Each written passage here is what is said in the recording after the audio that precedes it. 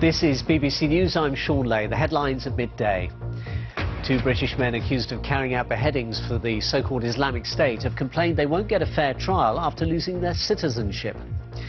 Moscow more than doubles the number of British diplomats it plans to expel in the continuing row over the Salisbury poisoning.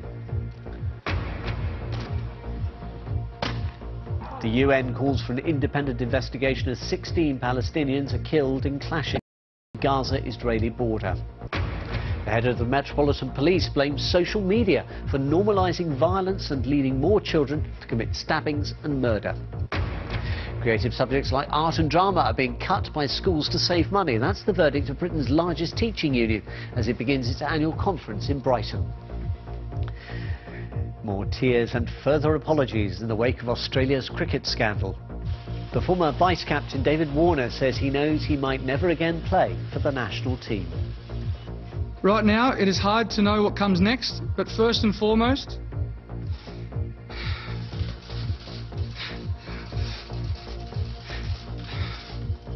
is the well-being of my family. And coming up, Click investigates Facebook's data sharing practices and explores who has your personal data and what they're doing with it.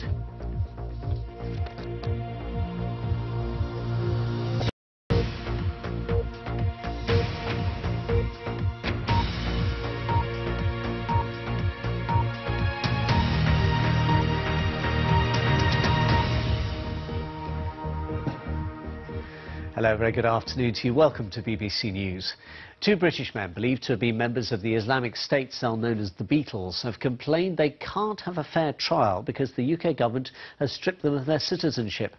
Alexander Coty and El Shafi El Sheikh, who've been detained by Kurdish fighters in northern Syria, are accused of being part of the group which murdered more than 20 hostages. James Waterhouse reports.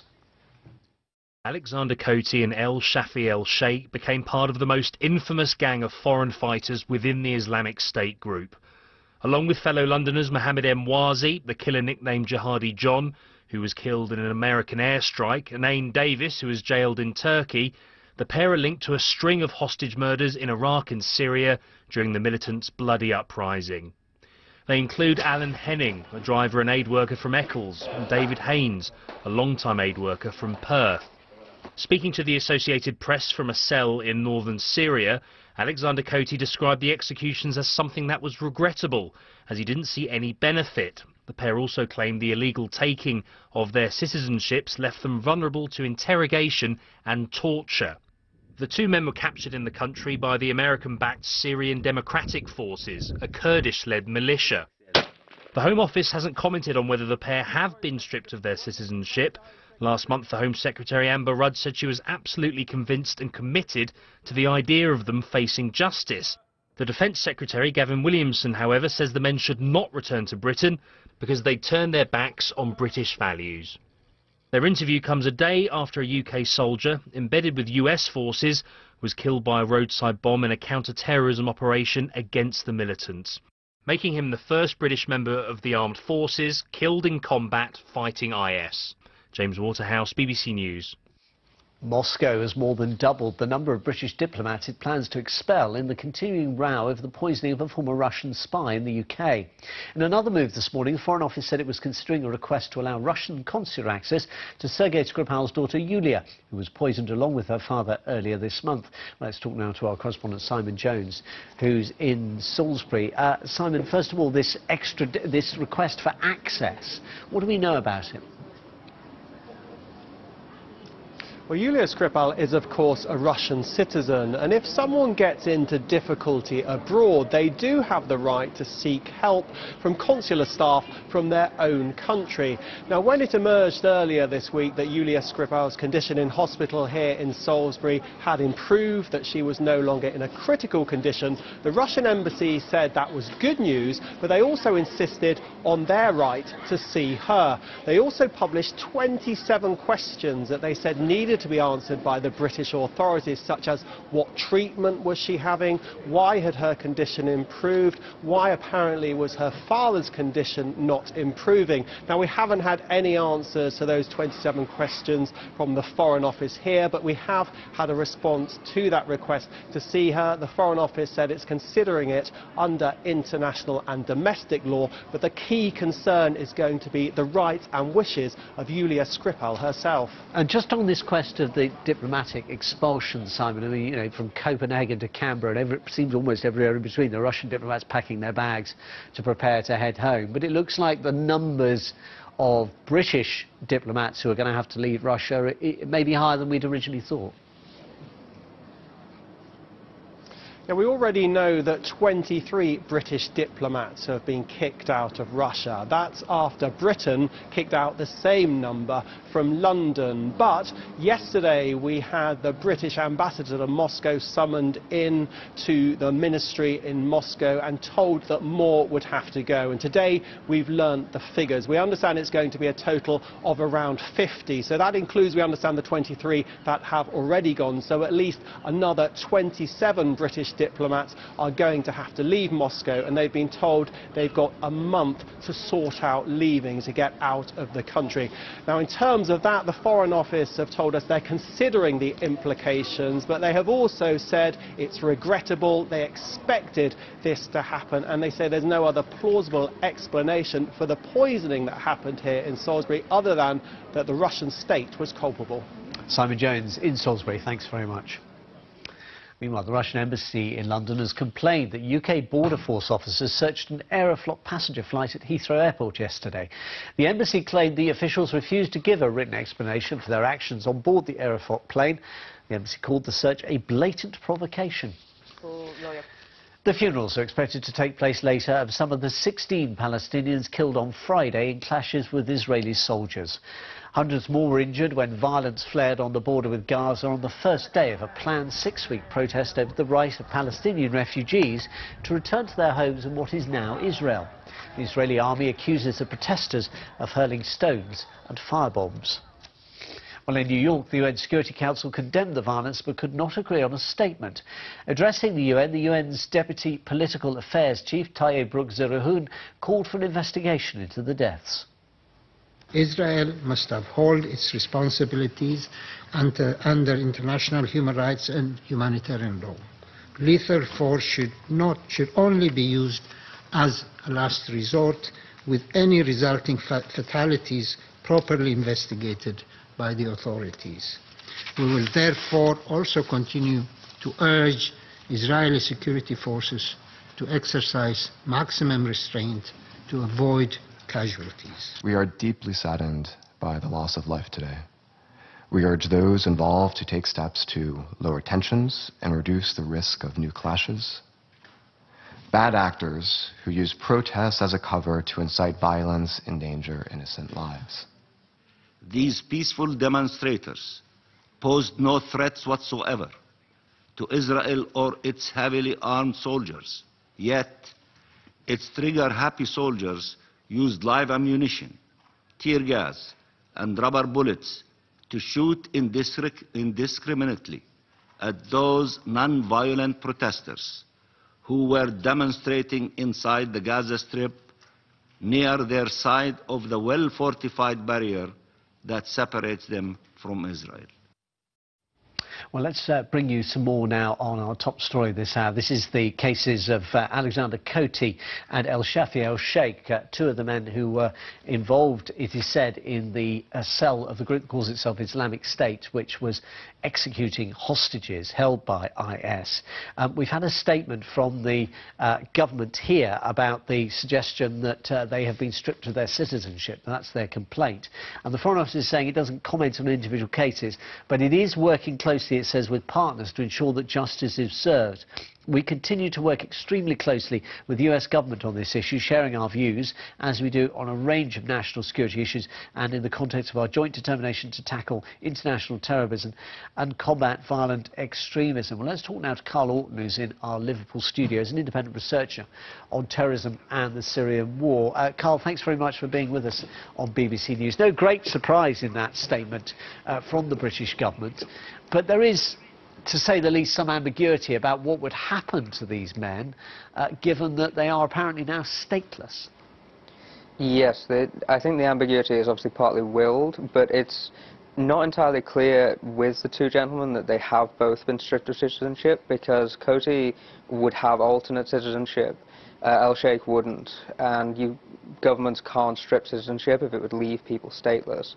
And so within the two of them, there's unclarity about whether it applies to both of them. So what you're saying is that Koti, because he is also a citizen of another country, he has a fallback, whereas so Britain could strip it, but he'd still be a citizen of that other country, and that's not the case with El-Shafie El-Sheikh. Yes, it would be unusual if we've stripped citizenship from El-Shafie El-Sheikh, but they are both wanted men by the United States. They're both on their sanctions list of wanted international terrorists, and they both committed crimes against the citizens of other countries as well, including Japan and actually Syria, as it happens. That would be very unusual to hand over to Assad's government.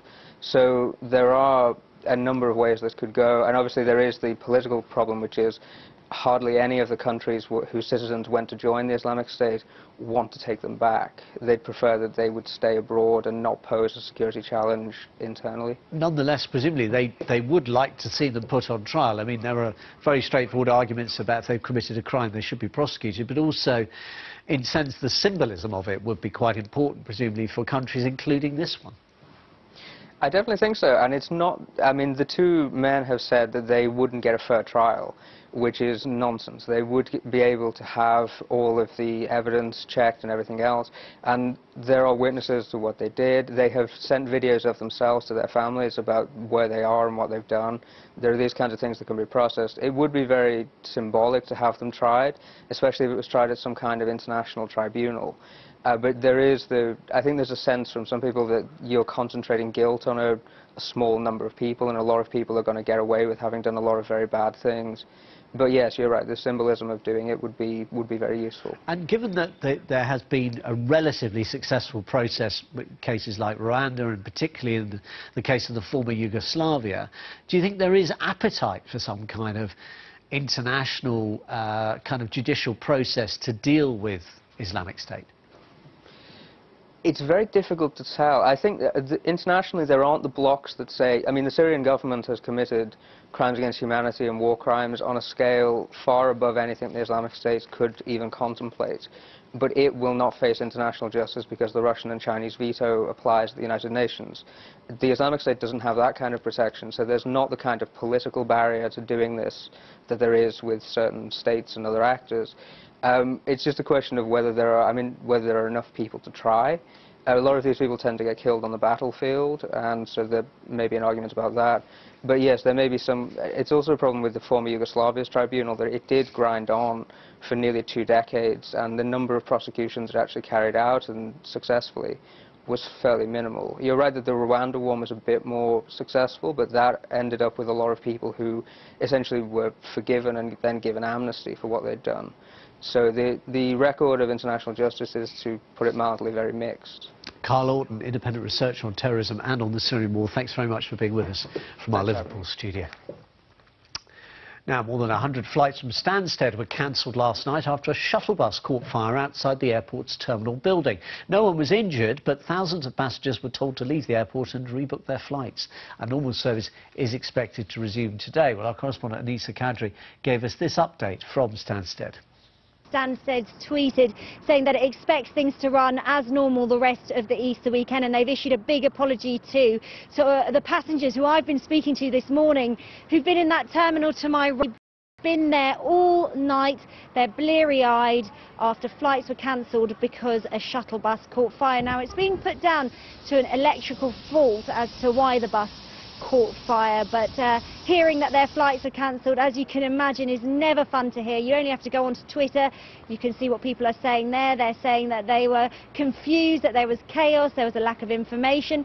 Some people have praised some of the staff for trying to help them and praised other passengers as well for, you know, sharing food and water and all these sorts of stories you hear when people end up stranded at airports in this way. Well, I've been speaking to people from Germany and Spain who had a lovely holiday here in England, but this news that their flights were cancelled because of a fire at the airport, well, it was unwelcome news, let's say.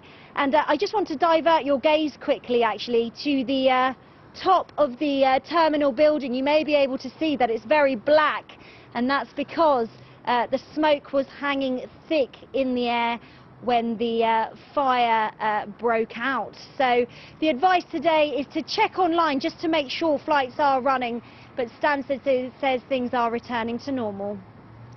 Anissa Kadri there at Stansted Airport for us. Right, let's take a look at the headlines now on BBC News. And two British men believed to have been members of the Islamic State cell known as the Beatles complain they can't get a fair trial after losing their citizenship. The head of the UN calls for an investigation into the deaths of at least 16 Palestinians during clashes with the Israeli army on the Gaza border. Moscow more than doubles the number of British diplomats it plans to expel in the continuing row over the Salisbury poisoning.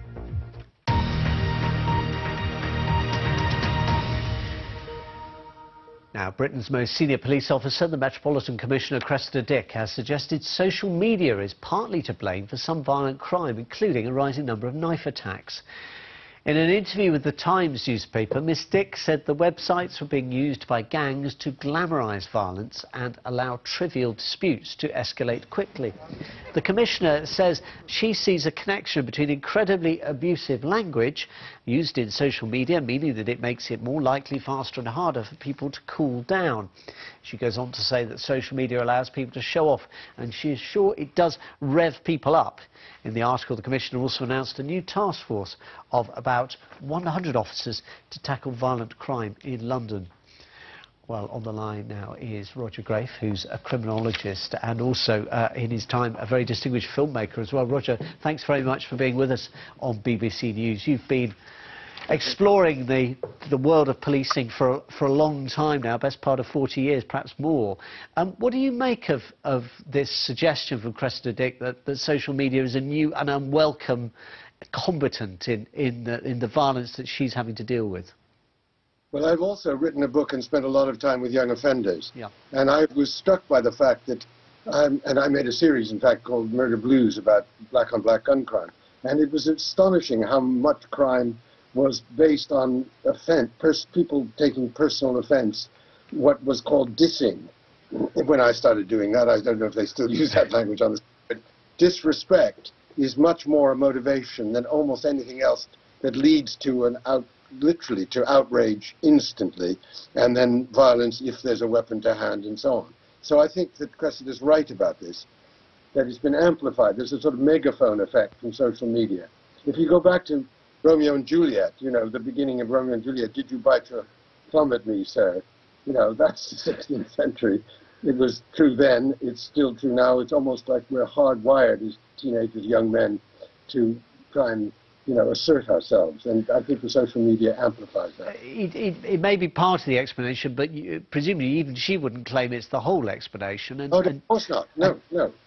And she's dealing with a murder rate in London, which has seemed some pretty horrifying incidents. I mean, we've had 29 people knifed to death just in London alone so far this year. We've had a succession of mayors of London saying they're going to get a grip on the level of, in particular, knife violence, but also the gun crime you were talking about. And there will be those, I suppose, who will be a bit sceptical and saying, well, look, this is the police just finding an excuse for their inability to crack down on these crimes. No, I don't think she was intending to say the whole thing is caused by social media. What she's saying, and I agree with, is that it amplifies the intensity of the offense if you've only got 140 characters or a text that is just fired off. And you don't need to be in the same room where you could possibly at least have some mediator. And so that in gang wars, for example, the insults that are traded, the mock videos, the use of social media, as you may remember, there was a terrible killing of a homeless person just by the South Bank, which was then immediately put on YouTube. And so that idea of showing off by committing acts of violence, I'm afraid there's plenty of evidence to support that. It's not the cause, but it's just a further incentive. It exacerbates what is a normal problem in human nature. It is with us, and there's no sign of it going away. So I suppose then the question comes to be, how do you manage this problem?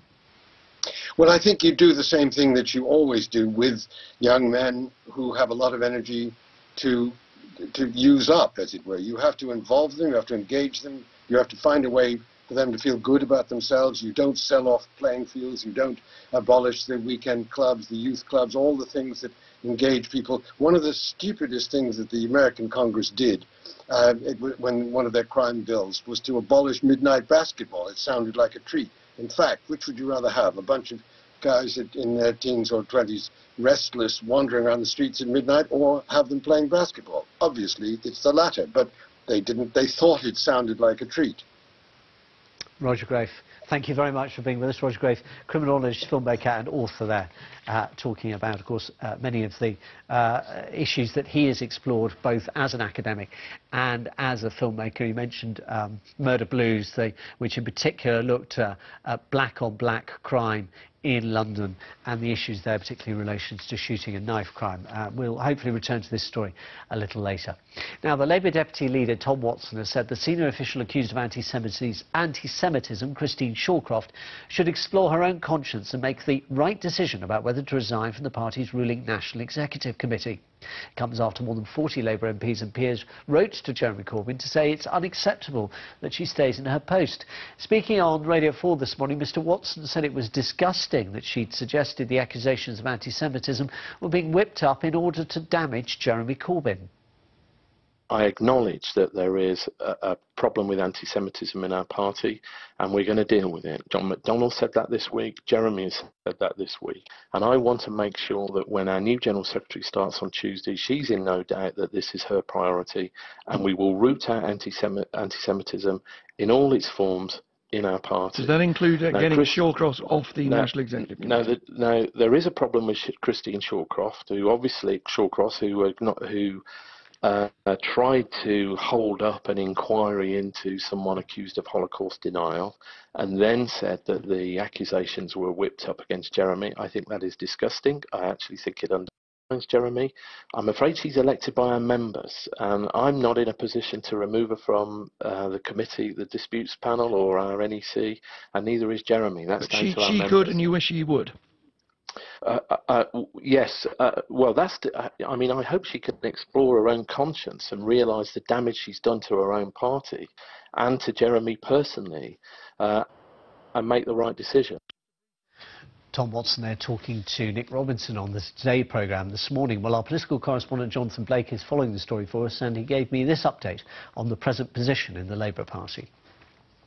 Christine Shawcroft has been at the centre of this row over anti-Semitism in the Labour Party over the last couple of days. She has a place on Labour's ruling body, the National Executive Committee, and she was also chair of the party's disputes panel, which looks after disciplinary matters among members. She has stood down from that position, but she is still in place on the National Executive Committee. She has said that when her term comes to an end in the summer, she will not seek re-election. So as it stands, she won't be there for much longer, but there are many Labour MPs, a group of more than 40 Labour MPs and peers have written to Jeremy Corbyn saying that it's unacceptable that she remains in her post.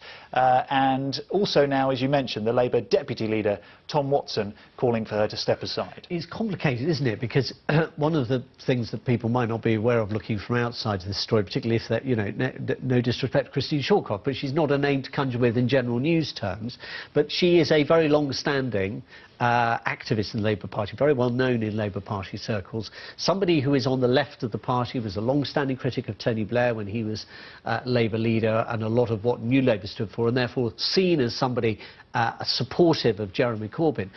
Is there a danger for people like Tom Watson and others who are critical over this that actually it turns into or becomes a proxy for an argument about the left and the position of the Labour Party rather than specifically about the argument on anti-Semitism? Well, I think we've seen that played out to an extent in the last few days in this argument about anti-Semitism and whether Jeremy Corbyn and the party leadership have taken a tough enough stance on it. There are those who are saying that it is being exaggerated and used as a way to attack Jeremy Corbyn and destabilise him. Now, that's, of course, quite an incendiary charge to make, because it might suggest to some that some people in the Labour Party are not fully aware of or don't fully appreciate where anti-Semitism exists and how offensive and damaging it can be. And in fact, Christine Shawcroft herself posted on Facebook last night, in a post that has now since been deleted, that this row had been whipped up, as she put it, to criticise Jeremy Corbyn. She's since deleted that post and herself denounced anti-Semitism, as she has throughout this. The UK's largest teaching union has said that creative subjects, including art and drama, are being cut by schools in order to save money. The National Education Union, which was formed by the merger of the NUT and the ATL, is holding its annual conference in Brighton, and our correspondent Mark Ashdown is there. Mark.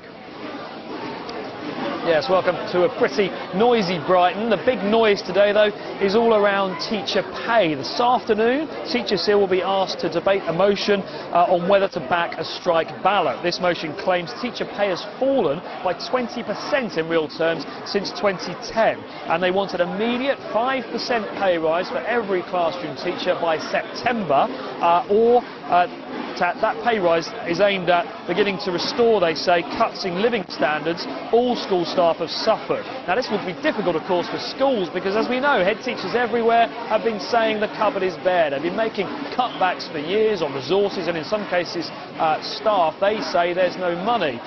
But this motion calls for a vigorous campaign from teachers on teacher pay. Meanwhile, up in Brighton, another teaching union, the NASUWT, is also debating pay, and they are calling for rolling strike action if governments and schools fail to agree to a substantial above-inflation across-the-board pay increase next year. Now, the government says there are 15,000 more teachers in classrooms since 2010, but they're going to have to find a way to square this circle, because heads say there's no money, teachers clearly want a pay rise, and someone somewhere is going to have to find a solution for this.